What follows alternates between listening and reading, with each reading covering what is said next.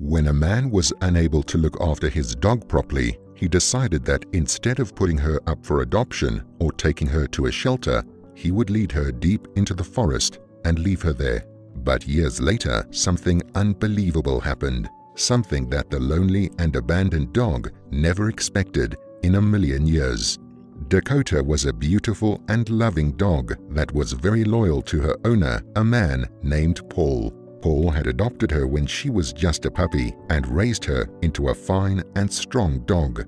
The pair used to go on long walks together and spend all day by each other's side. Wherever Paul was, Dakota was too. They had the perfect and most ideal relationship that a man and a dog could ever have. As well as hunting with Dakota, Paul also liked to breed her with other dogs to produce puppies.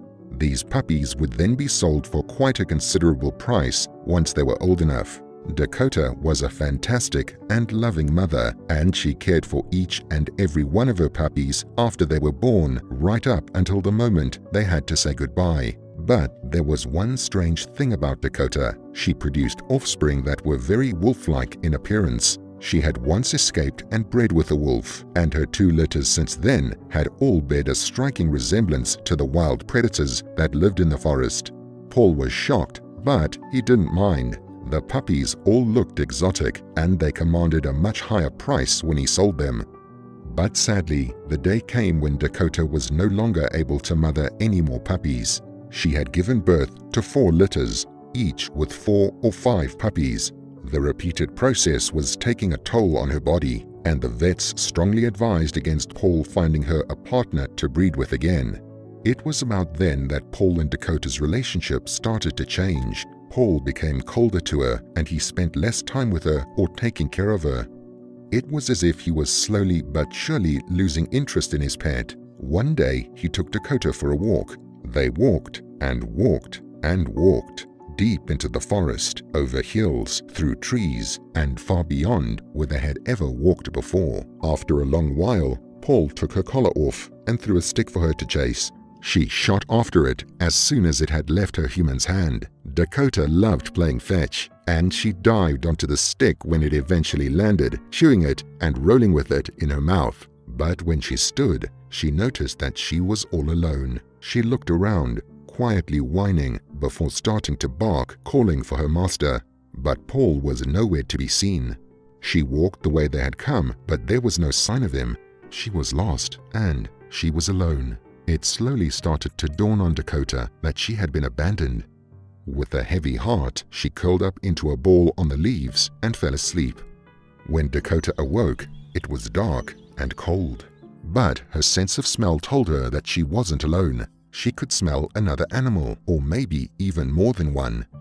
Looking around, she strained her eyes in the darkness to see what her senses had already picked up. Then, suddenly, out of the darkness, came striding a large gray wolf. Dakota didn't seem afraid and stood up to greet the wolf. She was a large dog, but the wolf still towered over her. They sniffed at each other for a long while before the wolf decided to lay. Dakota paused for a moment before laying down next to him. It was clear that the 2 animals were familiar with each other. The truth was that this was the wolf that the dog had bred with several years ago. They remembered each other and felt some strange and deep animal bond. The wolf seemed to understand that Dakota was in some kind of sad distress, and he was making her a promise to protect her. This wolf was clearly the leader of a pack. Other wolves approached and sniffed at Dakota, baring their teeth and snarling, but the leader would snap at them and put them back in line. His pack would soon come to understand that even though Dakota was only a dog, she was now part of the pack, and they would have to treat her as such. Over the course of the next few months, Dakota was initiated into the pack properly. Sure, she missed Paul greatly, but as the days passed and he didn't come looking for her, it became more clear that he didn't care about her anymore. She became friends with all of the wolves and even spent time playing with them and grooming them. But her true talents lay in being a mother.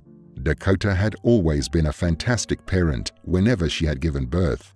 And one day, she had the opportunity to put her skills to good use.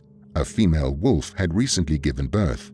The process had taken a huge toll on her body. She had successfully delivered 3 cubs, but had died of exhaustion moments after they had been born. Luckily, Dakota stepped in to help raise the cubs. She treated them exactly as she did her own puppies, nursing them, grooming them, and teaching them essential life skills. As the tiny newborns grew into small and adorable wolves, Dakota watched over them and remained as protective as their own real mother would have. She felt like it was her duty and honored it with pride. When the time came for them to leave and form their own pack, she felt the same pain she had experienced any time Paul had given her own puppies away. A few years passed, and one day Dakota went to stretch her legs in the forest. She still liked to walk and even run as fast as she could, and would play games just like she did when she belonged to Paul. But what she didn't realize was that she had wandered a little too far away from her pack and into the territory of another. This was bad news, especially for a dog.